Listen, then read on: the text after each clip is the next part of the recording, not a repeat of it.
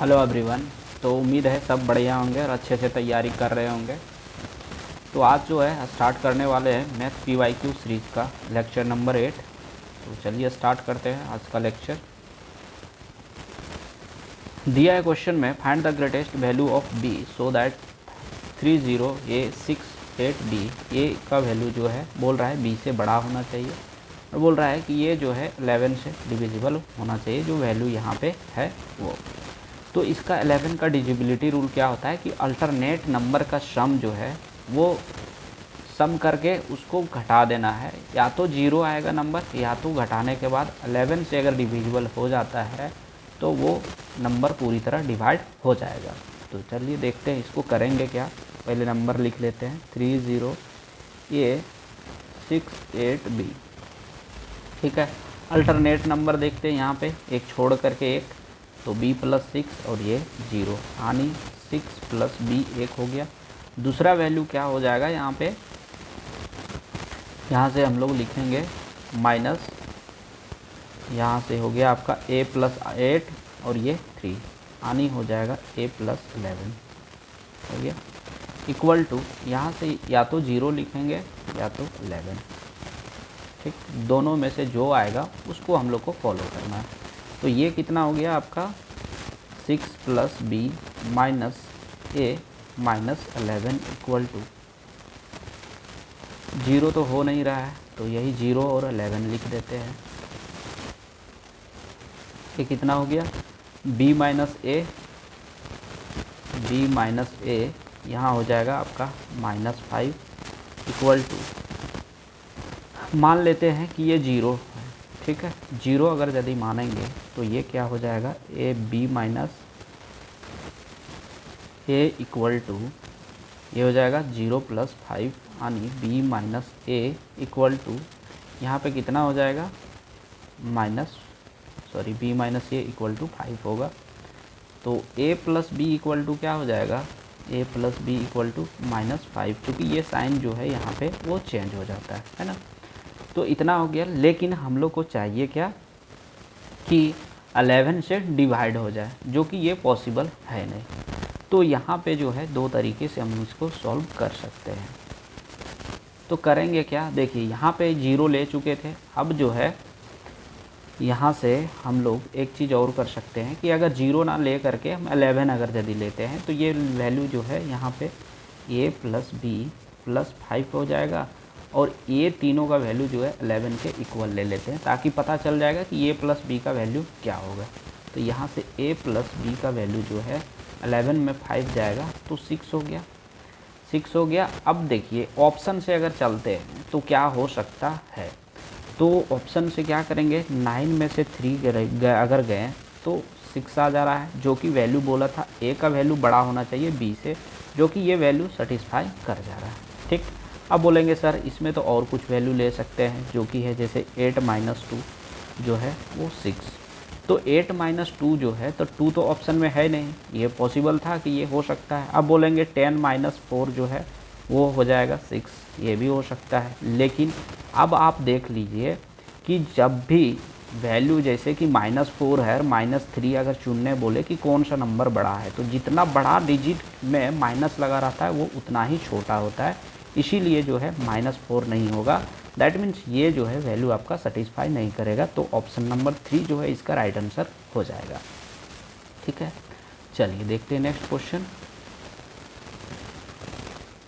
दिया है ये train is to cover 370 kilometre at a uniform speed. After running 100 kilometre the train could run at a speed 5 km/h less than its normal speed due to some technical fault. The train got delayed by 36 minute. What is the normal speed of the train in km/h। तो देखिए बोल क्या रहा है, एक train जो है वो एक यूनिफॉर्म स्पीड से 370 किलोमीटर की दूरी तय करता है। बोल रहा है इसका 100 किलोमीटर ट्रैवल करने के बाद जो है ये 5 km/h के स्पीड से इसका स्पीड जो है वो घट जाता है टेक्निकल फॉल्ट के कारण, और जो प्लेस पे पहुंचना चाहता है वो 36 मिनट लेट पहुंचता है। तो बोल रहा है कि इसका ट्रेन का जो है यूजुअल स्पीड क्या हो जाएगा। ठीक है, तो चलिए सॉल्व करते हैं इसको भी। तो देखिए करेंगे क्या, बोला है कि 100 किलोमीटर जो है एक यूजुअल स्पीड से चल रहा है, तो यहाँ लिखेंगे 100/x प्लस, अब कितना बच गया, 370 में से 100 चल चुका है तो 270 बचेगा। 270 ये कितना का स्पीड से चल रहा है, तो x माइनस 5 यानी इसका जो था स्पीड यूजुअल स्पीड से 5 किलोमीटर कम हो जा रहा है। अब देखिए बोला है कि 370 किलोमीटर जो है वो चल रहा था यूजुअल स्पीड से यानी यूनिफॉर्म स्पीड से। तो करेंगे क्या, ये जो स्पीड टोटल चला हुआ है उसमें से हम लोग 370 को घटा देंगे, तो ये हो जाएगा x इक्वल टू, ये 36 मिनट कम ले रहा है इसीलिए यहाँ पे माइनस लिखे है ना, तो इसको क्या करेंगे 36/60, चूँकि सारा किलोमीटर पर आवर और किलोमीटर में था इसीलिए इसको भी जो है आवर में कन्वर्ट करना होगा समय को। तो यहाँ से अगर काटेंगे तो 6 छक 36, 2 तिया 6, यहाँ से हो जाएगा 2 पच्चे 10, यानी यहाँ पे अगर लिखना चाहेंगे तो 3/5 जो है यहाँ से हम लोग लिख सकते हैं। ठीक है, अब देखिए यहाँ पे करेंगे क्या, यहाँ हीट एंड ट्रायल मेथड से अगर सॉल्व करते हैं तो ठीक है, अदरवाइज़ आपको पूरा इक्वेशन जो है सॉल्व करना होगा। तो यहाँ जो है हमको सबसे आसान जो है दिख रहा है ऑप्शन, वो सी दिख रहा है, दैट मीन्स ऑप्शन नंबर 50 अगर हम चेक करेंगे तो कितना हो जाता है, यहाँ से पुट कर दीजिए, 50 को काटेंगे तो 52 जा, ये कट गया, यहाँ 50 से यहाँ काटेंगे तो ये हो जाएगा मेरा 45, यहाँ से काट देते हैं तो ये हो गया आपका 5 9 45 और 3 9 27, 5 6 30, यानी कितना हो गया 2 + 6 अभी तक आ चुका है आपका। यहाँ से भी यहाँ भी कितना 50 पुट करेंगे तो ये 5 में 1 0, यहाँ से 1 0, यानी 37/5 आ गया। ये दोनों को जोड़ करके सॉल्व करते हैं तो 2 और 6 कितना हो गया 8, तो 8 पचे 40, 40 में 37 गया बटे 5, यानी 3/5, यानी क्या है 3/5 लेफ्ट साइड का वैल्यू जो है वो आ जा रहा है और राइट साइड भी 3/5 है, दैट मीन्स 50 जो है वो वैल्यू सेटिस्फाई कर रहा है, इसीलिए ऑप्शन नंबर सी जो है इसका राइट आंसर हो जाएगा। ठीक है, चलिए देखते हैं नेक्स्ट क्वेश्चन। क्योंकि इस तरह का क्वेश्चन ज़्यादा बेहतर है कि आप वैल्यू पुट करके सॉल्व करें, नहीं तो बहुत प्रॉब्लम में फंस सकते हैं, ज़्यादा कैलकुलेटिव हो जाएगा तो प्रॉब्लम हो जाता है। देखिए दिया है क्वेश्चन में कि एक शॉपकीपर जो है अपने गुड्स को जो है कॉस्ट प्राइस के 30% बढ़ा करके ये लिखता है, ठीक है, मार्क करता है और इस पे 10% का डिस्काउंट दे देता है मार्क प्राइस पे, और फिर बोल रहा है कि इसका मन रहता है कि ऐसा करो कि 6.5% और प्रॉफिट इसको कमाना है। तो बोल रहा है कि डिस्काउंट परसेंटेज क्या हो, हाँ, what discount percentage should allow the mark price, तो कितना जो है इसको मार्क प्राइस पे डिस्काउंट करना चाहिए। तो करेंगे क्या, मान लेते हैं सीपी जो है वो 100 है, ठीक, अब मार्क प्राइस बोला है 30% बढ़ा करके यानी 130 हो गया। अब मार्क प्राइस पे ही डिस्काउंट पड़ता है तो 10% का अगर यदि ये डिस्काउंट देता है तो कितना हो जाएगा, ये 10% का डिस्काउंट देगा तो 13 रुपया कम होगा। ठीक है, तो यहाँ से कितना हो गया 117 रुपया, ये हो गया आपका एसपी। लेकिन क्या बोला है कि इस पे जो है ना इसको 6.5% और प्रॉफिट चाहिए, तो इसका 6.5% कितना हो जाएगा इसका, तो प्रॉफिट का बात किया इसलिए प्लस लिखें, तो 6.5 का जो है परसेंटेज अगर निकालेंगे तो 6.5 ही होगा। दैट मीन्स अब इसका एसपी कितना हो जाएगा 6.5 जोड़ देते हैं तो ये 123.5 हो गया। ठीक, अब डिस्काउंट का बात कर रहा है तो डिस्काउंट जो होता है मार्केट प्राइस पे ही निकलेगा, तो निकाल देते हैं। ये कितना है 130 और ये है 123, 23 और 7 यानी 6.5 बटे 130 गुने 100, इतना ही अंतर है। यहाँ से काटेंगे तो ये जीरो ये जीरो ये जीरो 2 कट गया, 13 पचे 65, यानी 5% जो है इसका राइट आंसर हो जाएगा ऑप्शन नंबर ए।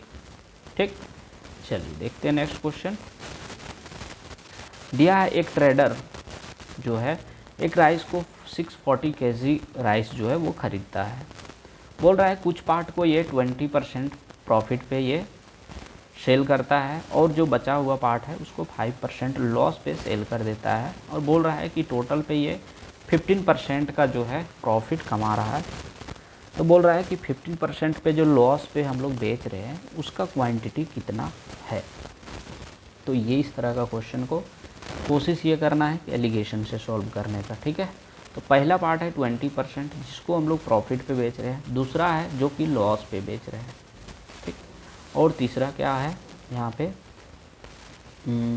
आपका ओवरऑल जो है 15% प्रॉफिट पे ये बेच रहा है, ठीक। तो यहाँ से अगर यदि हम लोग सॉल्व करेंगे तो ये आपका इक्वेशन बन के आ जाएगा क्या, ये हो जाएगा 5 और यहाँ से हो जाएगा 20। चूँकि होता क्या है ना कि जब लॉस होता है और ये मिडिल वैल्यू है, इसको हम लोग घटाते हैं तो -15 और -5 क्या हो जाएगा, 20 हो जाएगा ना। तो यहाँ पे आपका 15 में से इसको घटाना होता है, कभी भी जाएंगे तो इस दिशा में जाते हैं और इस दिशा में जाते हैं। तो 20 में से 15 गया तो 5 प्लस में आ गया था, और यहाँ पे क्या किए 15 में से 5 को घटाएं, चूँकि लॉस हो रहा था तो माइनस तो होगा और -5 था पहले से, इसीलिए यहाँ पे प्लस में 20 आ गया, ठीक।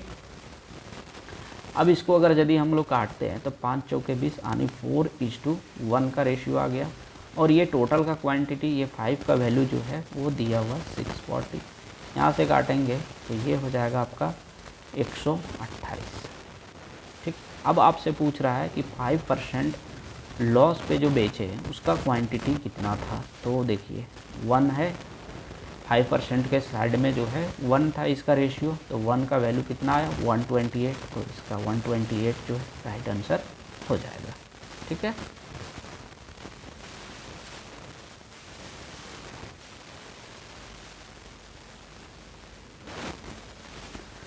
चलिए, दिया हुआ है कि एक सर्कुलर पार्क है जिसका एरिया जो है 12474 मीटर है। इसमें एक पार्क के चारों ओर एक रास्ता बनाया गया है जो कि 3.5 मीटर वाइड है। तो बोल रहा है कि पाथ का एरिया क्या होगा। तो देखिए, पहले फिगर अगर यदि ड्रॉ करते हैं तो इस तरह का कुछ फिगर बन जाएगा।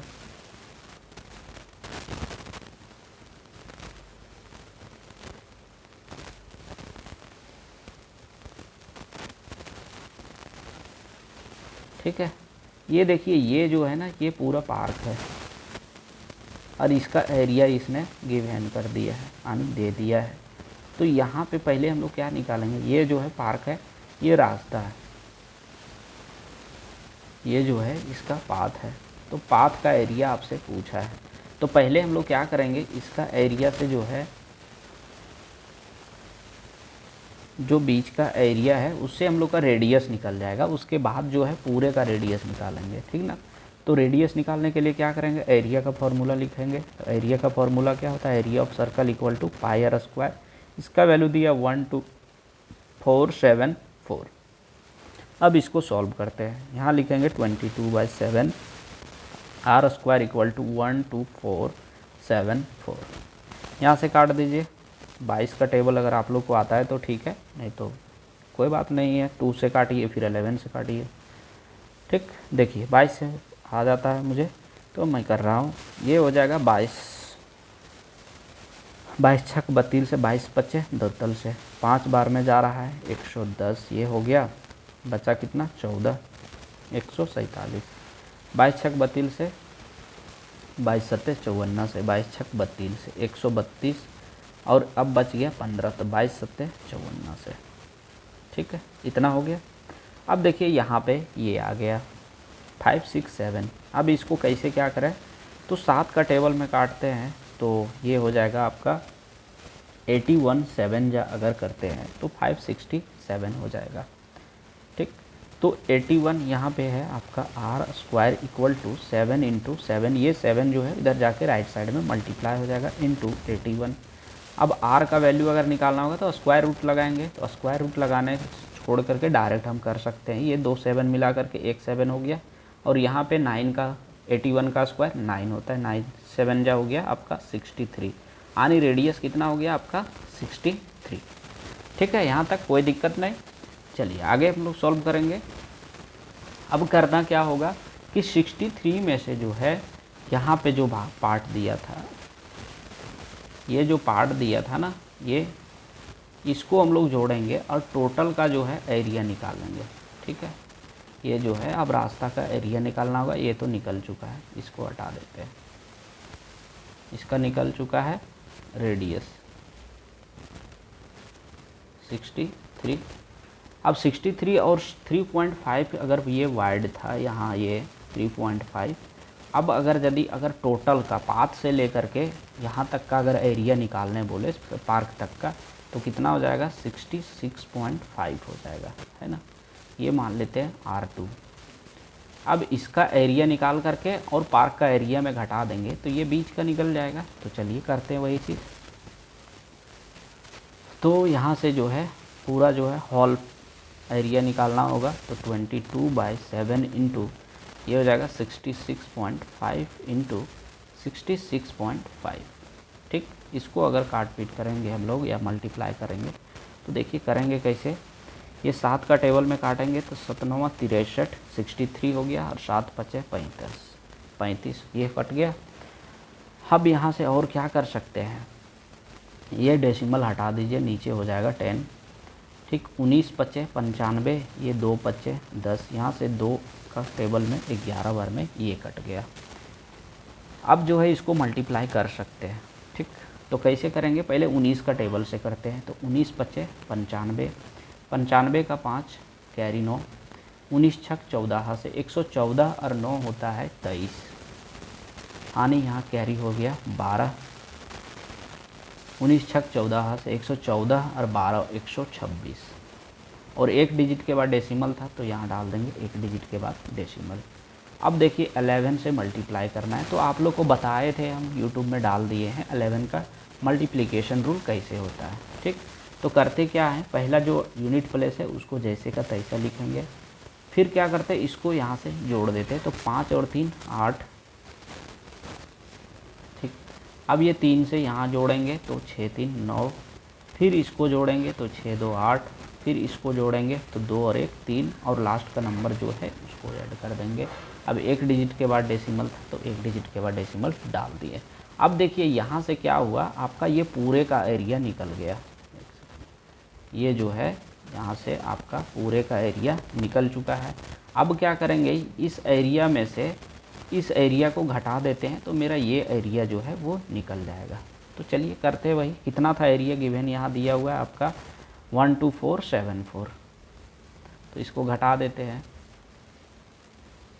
12474, इसको घटा दीजिए तो 0.5, 8 में 4 4, 9 में 7 2, 8 में 4 4, 3 में 1, 3 में 2 1, तो कितना आ गया 1424.5 सेंटीमीटर स्क्वायर। तो देखिए यहाँ से जो है आपका ऑप्शन नंबर जो है सी जो है इसका राइट आंसर हो जाएगा। मीटर स्क्वायर में था तो मीटर स्क्वायर हो जाएगा आपका यहाँ पे आंसर। ठीक है, चलिए देखते हैं नेक्स्ट क्वेश्चन। इस तरह का क्वेश्चन एसएससी में कभी कभार जो है कैलकुलेटिव डाल देता है। ठीक, तो चलिए दिया है क्वेश्चन में कि ABC जो है एक ट्रायंगल है, C पे 90 डिग्री का एंगल बना रहा है, Q जो है मिड पॉइंट है BC पे, AB का वैल्यू 10 दिया है, AC का वैल्यू जो है 2√10 दिया है। तो बोल रहा है AQ का वैल्यू क्या होगा। तो चलिए पहले फिगर ड्रॉ करते हैं हम लोग। ये दिया है C, यहाँ पे मान लेते हैं A, ये हो गया आपका B। ठीक, देखिए बोला है कि यहाँ पे Q जो है एक मिड पॉइंट है BC पे, तो यहाँ पे जो है Q पॉइंट ले लेते हैं। ठीक, AB जो है वो 10 दिया हुआ है। ठीक है, AC जो है 2√10 दिया हुआ है, 2√10 दे दिया। पूछा है AQ का लेंथ क्या होगा, दैट मीन्स इसका लेंथ आपसे पूछ रहा है। तो ये एक राइट एंगल ट्रायंगल है, इसका अगर यदि हम लोग ये वैल्यू निकाल लें तो मेरा काम बन जाएगा। तो कैसे निकालेंगे, तो आपको पता होगा कि ये ट्रिपलेट वाला फॉर्मूला जो होता है पाइथागोरस थ्योरम, उसके अकॉर्डिंग इसको सॉल्व करेंगे। तो क्या होता है कि हाइपोटेनस का स्क्वायर माइनस परपेंडिकुलर का स्क्वायर इक्वल टू आपका हो जाएगा बेस। तो 10 का स्क्वायर कितना हो गया 100, माइनस यहाँ से 2 का स्क्वायर 4, और यहाँ 10√10 का स्क्वायर 10, 10 4 जा 40, तो ये कितना हो गया 60। 60 को अगर यदि हम लोग लिखना चाहेंगे फैक्टर में, फैक्टर करके रूट में, ये तो √60 आ गया है, तो √60 आ गया, इसको क्या लिख सकते हैं 2√15। क्योंकि इसको क्या करेंगे ना, यहाँ से 4 × 15 कर देंगे, और 4 का स्क्वायर रूट होता है 2 और 15 का तो होता नहीं, तो 2√15 हो गया। ये पूरा जो है ये पूरा वैल्यू जो है 2√15 हो गया, लेकिन हम लोग को चाहिए यहीं तक का। तो ये निकालने के लिए हम लोग क्या करेंगे, यहाँ पे 2 से डिवाइड कर देंगे। चूँकि बोला है ये बीच में काट रहा है मिड पॉइंट में, तो मिड पॉइंट में काट रहा है, तो ये कितना हो जाएगा √15। अब ये √15 हो गया। अब क्या चाहिए हम लोग को, ये लेंथ। तो ये क्या चीज़ है, हाइपोटेनस है। तो हाइपोटेनस इक्वल टू क्या होता है, परपेंडिकुलर का स्क्वायर प्लस बेस का स्क्वायर। तो परपेंडिकुलर कितना दिया हुआ है 2√10, ठीक है। तो 2√10 का स्क्वायर करेंगे तो कितना हो जाएगा, 2 2 जा 4 और ये 1040 प्लस यहाँ पे दिया हुआ है आपका 15 का स्क्वायर। तो 15 का स्क्वायर कितना हो जाएगा 15, और ये हो जाएगा रूट अंडर, यानी ये हो गया आपका 55। तो 55 जो है √55, इसका राइट आंसर हो जाएगा ऑप्शन नंबर बी। ठीक, चलिए देखते हैं next question. Here the average of 11 number is 56, the average of first 3 number is 52, that of next 5 number is 60, the 9th and 10th number are 3 and 1 more than that of 11th number respectively. What is the average of 9th and 11th number? तो देखिए ये जो है deviation method से अगर यदि इसको solve करते हैं तो सॉल्व करना आसान होता है, अदरवाइज जो है बहुत टफ हो जाएगा आपके लिए। ठीक, तो चलिए डेविएशन ही सॉल्व करते हैं। तो करेंगे क्या, यहाँ पे बोला क्या है क्वेश्चन के अकॉर्डिंग कि 11 नंबर है जिसका 56 है। ठीक, बोला है फर्स्ट 3 नंबर, तो 3 नंबर का जो है वो 52 है, और लास्ट नेक्स्ट 5 का बोला है कि 60 है। तो देखिए यहाँ से ये कितना कम है, 4 कम है, तो -4 × 3, यानी ये क्या हो जाएगा वैल्यू आपका, एक सेकेंड, ये हो गया -12। ठीक, अब यहाँ से अगर करते हैं तो ये आपका हो जा रहा है, इससे जो है ये ज़्यादा है, कितना ज़्यादा है, 4 ज़्यादा है। 4 ज़्यादा है किसमें, 5 में, तो × 5 कर देंगे, तो 5 चौके 20। अगर यदि इसको सॉल्व करते हैं तो 20 में 12 गया, तो ये हो गया +8 हो गया ना। अब डेविएशन का रूल क्या होता है कि इसको बैलेंस करने के लिए अगर कोई चीज़ बढ़ रहा है तो उसमें उतना चीज़ घटा दें, जितना बढ़ रहा है उतना ही घटा देते हैं, तो वो बैलेंस हो जाता है। तो ये हो गया आपका एवरेज। ठीक, तो यहाँ तो 56 है, ठीक है, लेकिन बोला है यहाँ पे कि 3 नंबर दिया है, 9, 10 और 11, 3 नंबर का दिया हुआ है, इसीलिए यहाँ से जो है हम लोग 3 से मल्टीप्लाई कर देंगे, और ये जो 8 ज़्यादा हो जा रहा था तो बैलेंस करने के लिए 8 इसमें हम लोग घटा देंगे। ठीक, तो इसको अगर यदि मल्टीप्लाई करते हैं तो यहाँ से हो जाएगा 6 तिया 18, 5 तिया 15 और 1 16 -8, यानी 160 यहाँ तक जो वैल्यू आ चुका है आपका 3 नंबर का। ठीक, अब जो है जो कंडीशन आपको बोल रहा है उसके अकॉर्डिंग आगे पढ़ के सॉल्व करते हैं। तो कंडीशन क्या दिया हुआ है कि जो 9th और 10th नंबर है वो 11th नंबर से 3 और 1 ज़्यादा है। तो मान लेते हैं यहाँ पे 9th, 10th और 11th। तो 11th नंबर x मान लेते हैं, 10th नंबर बोला है 1 ज़्यादा है तो 1 जोड़ दिए, 9th नंबर बोला है 3 ज़्यादा है तो इसमें 3 जोड़ दिए। अब इसका वैल्यू क्या करेंगे, यहाँ पे हम लोग जोड़ेंगे इक्वल टू, ये 60 बोले थे ना कि 3 नंबर का वैल्यू है, तो ये इक्वल टू 3 160 कर देंगे। तो ये कितना हो गया, ये 3x हो गया, इक्वल टू ये 3 और 1 4 जो है राइट साइड में अगर यदि जाता है तो क्या हो जाएगा, माइनस हो जाएगा। तो 160 -4 कर देंगे, तो ये हो जाएगा 3x इक्वल टू 156। यहाँ से काटते हैं तो 3 5 जा और ये 3 2 जा, यानी x का वैल्यू आ गया आपका 52। ठीक, अब क्या बोला है कि 9th और 11th नंबर का एवरेज क्या होगा। तो 9th का वैल्यू दिया हुआ है x + 3, यानी 9th का वैल्यू जो है वो हो जाएगा 52 + 3, ये हो गया 9th का वैल्यू, और 11th का वैल्यू जो है वो 52 ही होगा, यानी ये हो गया आपका 55 + 52/2। यहाँ से अगर यदि जोड़ते हैं तो ये हो जाएगा 107/2। तो यहाँ से अगर इसको काटेंगे तो 53 दूना 106 और बचा 1 तो 0.5 हो जाएगा, तो 53.5 जो है इसका राइट आंसर हो जाएगा। ऑप्शन नंबर कौन सा है, सी। अच्छा, डी जो है डी होगा, यहाँ पे एक ही ऑप्शन 2 बार लिखा गया। ठीक, तो चलिए देखते हैं नेक्स्ट क्वेश्चन। दिया Atul purchase bread costing 20 rupees and gave a 100 rupees note to the shopkeeper. The shopkeeper gave the balance money in coin of denomination 2, 5 and 10 rupees. These coins are in the ratio of 5, 4 and 1. Then how many 5 rupees coin did the shopkeeper give? देखिए ये जो है coin based question है, ठीक। और ये question आता ही है, रेलवे में भी आता है और एसएससी में भी आता है, ऐसा नहीं कि एक ही में आता है। तो चलिए सॉल्व करते हैं इसको। बोला है कि ये अतुल जो था वो दुकान गया ब्रेड लेने के लिए, 20 रुपया उसको दिया, 100 रुपया का नोट दिया दुकानदार को, तो उसने 20 रुपया काट करके उसको रिटर्न कर दिया। और जो रिटर्न किया वो 3 प्रकार का नोट था, 2 रुपये का सिक्का था, नोट नहीं सिक्के था, 2 रुपये का, 5 रुपये का और 10 रुपये का। अब बोल रहा है कि ये जो रेशियो भी था, इसको बांटा गया था कॉइन का, वो था 5, 4 और 1 के रेशियो में था।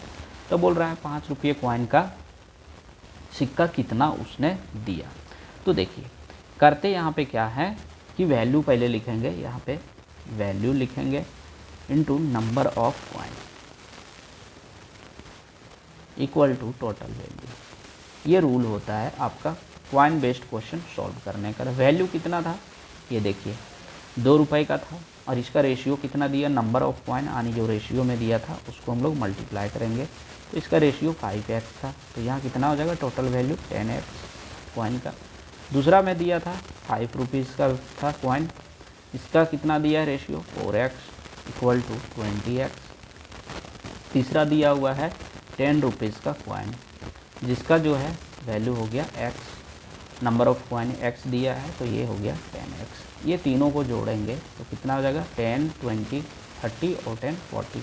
तो 40x का वैल्यू जो है यानी टोटल वैल्यू 80 था, तो वही चीज़ यहाँ से हम लोग टोटल वैल्यू निकाल ली है तीनों से। तो टोटल वैल्यू 80, तो यहाँ 80 करेंगे तो ये 4 2 जा 80 यानी x का वैल्यू कितना हो गया 2। अब आपसे पूछा क्या है कि 5 रुपये कॉइन का, तो 5 रुपये कॉइन कितना हो जाएगा, ये 4x है तो 4 × 2 करेंगे, दैट मीन्स 8 जो है इसका राइट आंसर हो जाएगा ऑप्शन नंबर सी। ठीक है, चलिए देखते हैं नेक्स्ट क्वेश्चन। दिया ए बी सी को जो है 3 भागों में बांटा गया, 3 लोगों में बांटा गया है। एवरेज अमाउंट जो है वो दिया है 4520। बोल रहा है ए का शेयर जो है 10 से 2/3% ज़्यादा है बी से, और 33 1/3 जो है लेस है सी से। तो बोल रहा है कि बी का वैल्यू क्या होगा। तो देखिए यहाँ पे अगर फ्रैक्शन वैल्यू लिखते हैं तो क्या करेंगे, a इज़ टू बी कर देंगे। ठीक, बोला a का वैल्यू जो है 10.2/3 जो है ज़्यादा है b से, तो इसका हम लोग वैल्यू निकालना होगा 10 दूना 20, 10 तिया 30 और 2 32/300 करेंगे। यहाँ से अगर यदि काटते हैं परसेंटेज में तो 100 कटा। ठीक, तो यहाँ से आपका क्या हो जाएगा, ये हो जाएगा 35, एक होगा, एक हो जाएगा आपका 32। ठीक, नहीं यहाँ पे जो है गलत कर रहे थे, यहाँ से देखिए, यहाँ से काटेंगे तो ये हो गया आपका 8 चौके 32, ये हो गया 25 चौके 100 यानी 8/25 3 हो जाएगा, ये 2 0 कटता, 25 तिया 75।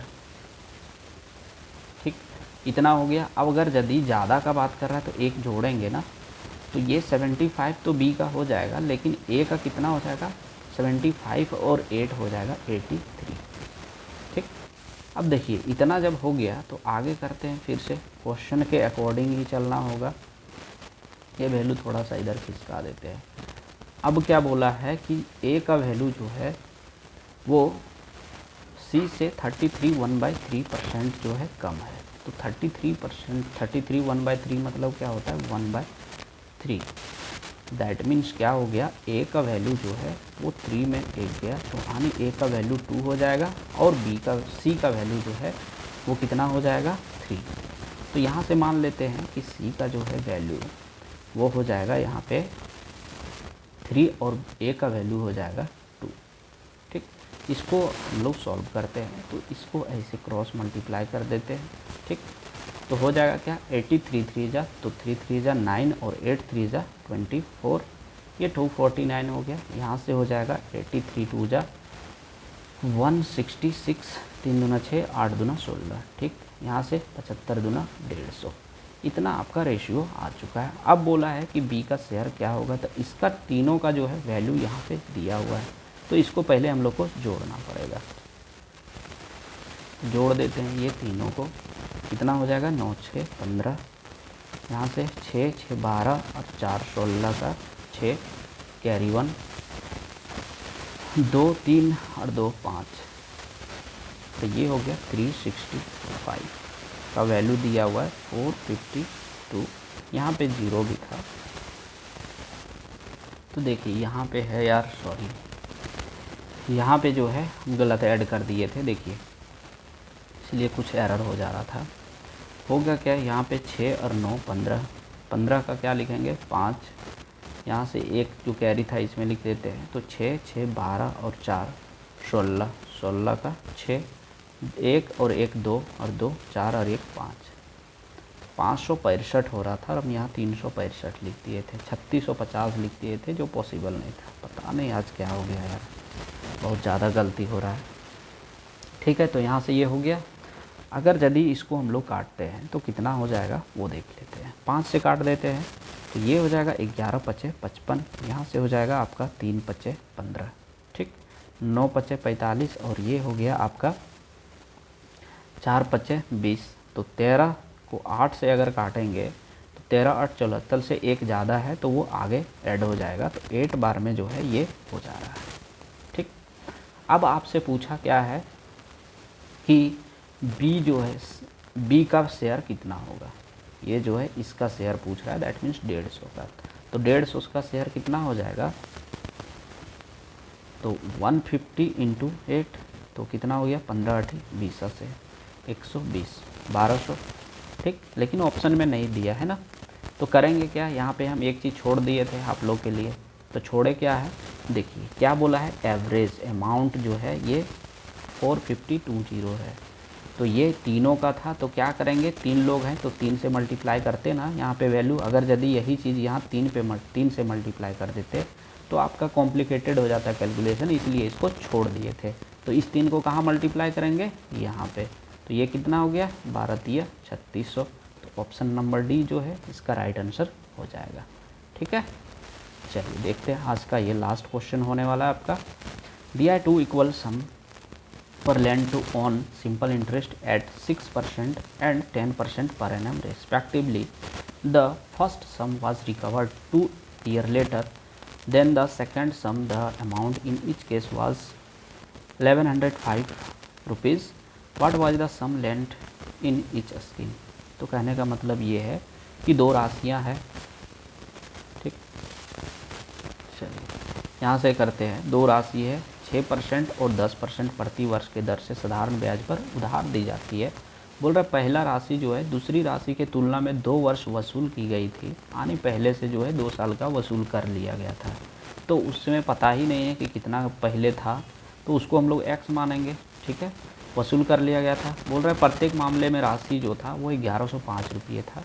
तो बोला प्रत्येक योजना में उधार दी गई राशि क्या होगा, यानी आपसे पूछ रहा है प्रिंसिपल क्या होगा, ठीक। तो पहले जब हम लोग को पता ही नहीं कि इसका क्या अमाउंट था, ये हाँ टाइम क्या था, तो उसको मानना पड़ेगा। तो सिंपल इंटरेस्ट का फॉर्मूला क्या होता है, PRT/100, इसी पे ये क्वेश्चन सॉल्व हो जाएगा, ठीक। तो क्वेश्चन के अकॉर्डिंग प्रिंसिपल अगर दोनों का सेम बोला है तो प्रिंसिपल कट जाएगा, दैट मीन्स वो जो वैल्यू हम लोग लिखेंगे टाइम और रेट का, वो क्या करेंगे इक्वल कर देंगे। तो पहले तो पता नहीं है, जो 6% जो वैल्यू लगा रहा है, तो बोल रहा है कि वो 2 साल पहले से ज़्यादा के लिए कर रहा था, पे कर रहा था, ठीक है। तो करेंगे क्या, यहाँ पे टाइम को t + 6%, 6 लिखेंगे, ये कितना 6% के दर पे, और ये सेम प्रिंसिपल था इसलिए इक्वल का साइन देंगे, और ये जो था वो उसके बाद जो है इक्वल टाइम में कर रहा था 10%। इसको सॉल्व करते हैं, यहाँ से कितना, ये 10% है ये भी, तो परसेंटेज कट जाएगा, 5 2 जा 10 और ये 3 2 जा 6, यहाँ से काटेंगे तो 3t + 18 इक्वल टू, यहाँ से हो गया आपका 5t, यहाँ से घटाएंगे तो ये हो गया आपका 5t में 2, ये हो गया 2t इक्वल टू 18, यानी t का वैल्यू कितना हो गया 9, ठीक। सेकंड, कहीं गलती तो नहीं कर रहे। 5 दूना 10 और ये हो गया आपका 3 दूना 6, 3 3 6 और 18, तो ठीक तो है। 1 सेकंड गलती कर रहे थे, यहाँ पे लग रहा था, देखिए 2 साल का बाद बोल रहा था ना, प्रतिवर्ष उधार दी जाती है। आज पता नहीं क्या हो गया यार, बार बार गलती कर दे रहे हैं। ये 2 ईयर है, इसको यहाँ हम लोग को सुधारना पड़ेगा। ये यहाँ पे 2 ईयर हो गया, तो ये हो गया आपका 3 दूना 6, ठीक। तो 3 दूना 6, यहाँ से जो है इसको हटा देते हैं, तो 2t इक्वल टू 6, तो t का वैल्यू कितना हो जाएगा 3। अब ये तुम्हारा यूजुअल टाइम हो गया है ना, कि पहले से जो है 3 साल के लिए था। अब पूछ रहा है प्रिंसिपल, चलिए निकाल देते हैं यहाँ से प्रिंसिपल। करेंगे क्या, अमाउंट जो है हम लोग का पता नहीं, प्रिंसिपल कितना दिया था, तो p प्लस p इंटू कितना करेंगे, तो ये पुराना वैल्यू कितना था 3 ईयर, टाइम 3 था, 3 इंटू, एक सेकेंड रुकिए, तो देखिए यहाँ पे कर क्या रहा है ना, बोला है कि फर्स्ट टाइम जो रिकवर्ड किया था वो 6% का था ना, ये 6% के लिए था। और यहाँ से जो है ये बोल रहा है 2 साल ज़्यादा के लिए ये क्या कर रहा है, लोन वसूल कर रहा है। रिकवर्ड 2 ईयर लेटर, यानी 2 साल के बाद, तो 3 साल पहले यूजुअल ईयर था, अब 2 साल और जोड़ देंगे तो 5 साल हो जाएगा ना। तो वही चीज़ यहाँ किया है, तो 6 इंटू ये रेट हो गया, और यहाँ टाइम हो जाएगा 5/100, ठीक। इक्वल टू यहाँ से कितना हो जाएगा, ईच बोला है, हर एक केस में कितना हो जाएगा 1105 कर दिए। यहाँ से हम लोग सॉल्व कर देते हैं, ये हो जाएगा 6 5 जा 30, यानी यहाँ से एक 0 कटा ऊपर तो नीचे एक 0। अब सॉल्व करते हैं तो ये 10, ये कितना हो जाएगा p प्लस 3p/10, ठीक। हाँ 3p/10 इक्वल टू 1105। आगे सॉल्व करते हैं इसको, यहाँ से सॉल्व करेंगे तो 10p plus 3p/10 equal to 1105। यहाँ कितना हो जाएगा 13p इक्वल टू 11050। यहाँ से काट देते हैं तो 13 8 74 से 104 बच गया 6 पर 5 65, 13 5 65, और एक लास्ट में 0 था तो 0 लिखेंगे, यानी इसका प्रिंसिपल कितना हो गया 850।